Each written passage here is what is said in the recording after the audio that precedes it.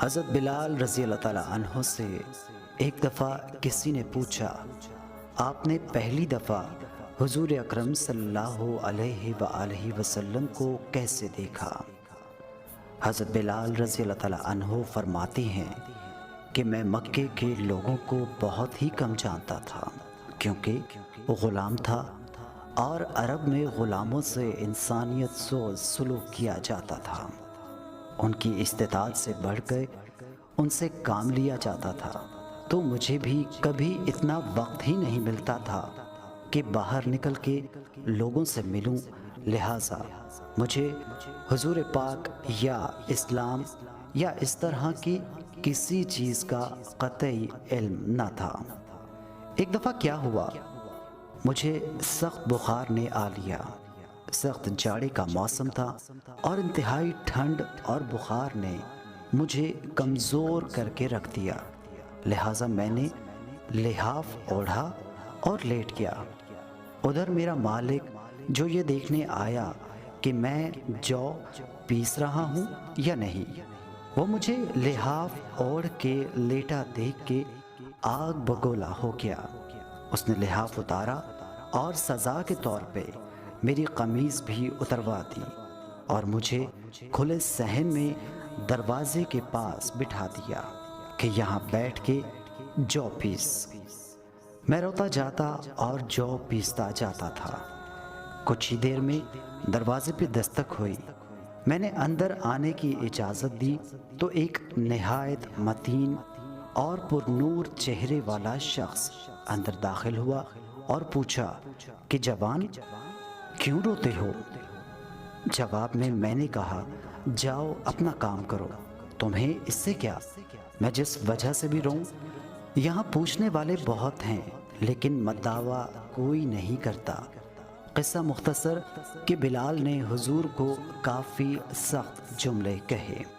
حضور اکرم صلی اللہ علیہ وآلہ وسلم یہ جملے سن کے چل پڑے۔ جب چل پڑے تو بلال نے کہا کہ بس، میں نہ کہتا تھا کہ پوچھتے سب ہیں، مدعا کوئی نہیں کرتا۔ حضور اکرم صلی اللہ علیہ وآلہ وسلم یہ سن کر بھی چلتے رہے۔ بلال کہتے ہیں کہ دل میں جو ہلکی سی امید جاگی تھی کہ یہ شخص کوئی مدد کرے گا، وہ بھی گئی، لیکن بلال کو کیا معلوم کہ جس شخص سے اب اس کا واسطہ پڑا ہے وہ رحمت للعالمین ہے۔ بلال کہتے ہیں کہ کچھ ہی دیر میں وہ شخص واپس آیا۔ اس کے ایک ہاتھ میں گرم دودھ کا پیالہ اور دوسرے میں کھجوریں تھیں۔ اس نے وہ کھجوریں اور دودھ مجھے دیا اور کہا، کھاؤ پیو اور جا کے سو جاؤ۔ میں نے کہا، تو یہ جو کون پیسے گا؟ نہ پیسے تو مالک صبح مارے گا۔ اس نے کہا، تم سو جاؤ، یہ پیسے ہوئے مجھ سے لے لینا۔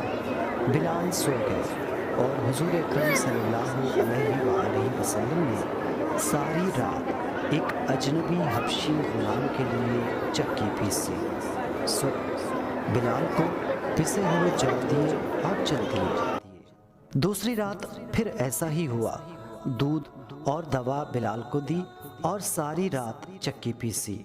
ایسا 3 دن مسلسل کرتے رہے جب تک کہ بلال ٹھیک نہ ہو گئے۔ یہ تھا وہ تعارف جس کے بطن سے اس لافانی عشق نے جنم لیا، اور آج بھی بلال کو صحابی رسول میں عاشق رسول پہلے کہا جاتا ہے۔ وہ بلال جو ایک دن آذان نہ دے تو خدا تعالیٰ سورج کو بھی طلوع ہونے سے روک دیتا ہے۔ حضرت بلال رضی اللہ تعالیٰ عنہ نے حضور اکرم صلی اللہ علیہ وآلہ وسلم کے وصال کے بعد آذان دینا بند کر دی، کیونکہ جب آذان میں اشہد ان محمد رسول اللہ تک پہنچتے تو حضور کی یاد میں ہچکیاں بند ہو جاتی تھیں اور زار و قطار رونے لگتے تھے۔ اشہد ان